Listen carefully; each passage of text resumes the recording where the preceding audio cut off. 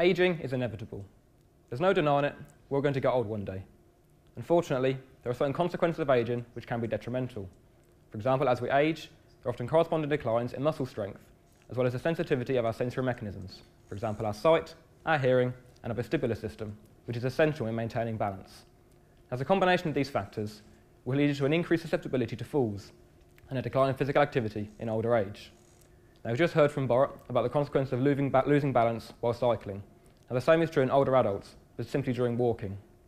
There are 1 in 3 over 65 having at least one fall per year, and with 5% of these leading to fracture or hospitalisation, this has a cost to the NHS of £1.7 billion per year, as well as huge pain and emotional distress to the individual and their families.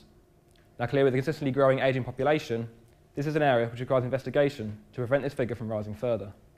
Consequently, the aim of my PhD is to investigate ageing with respect to improving the balance and gait of older adults through barefoot walking.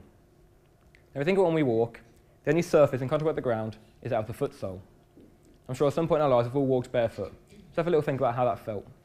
You've already walked a lot more carefully, but you could also feel a lot more than if you're wearing shoes, particularly if the ground was uneven, for example. This is because, as humans, we've evolved through walking barefoot, and as a result, our foot sole has developed the second highest density of sensory receptors in the whole body. Now, these receptors serve the purpose of providing us with constant information about our surface characteristics and how our foot is positioned. And research has shown that this information is vital in terms of movement control and maintaining balance. However, are we potentially utilising this information to the best of its ability, or are the shoes masking this information? Now, particularly in older age, when the sensitivity of our sensory mechanisms is declining, surely we need to be ensuring we are fully utilising all the information available to us to prevent the risk of falling and injury. Now, you're probably thinking, this all sounds great and all, but walking barefoot outside, really?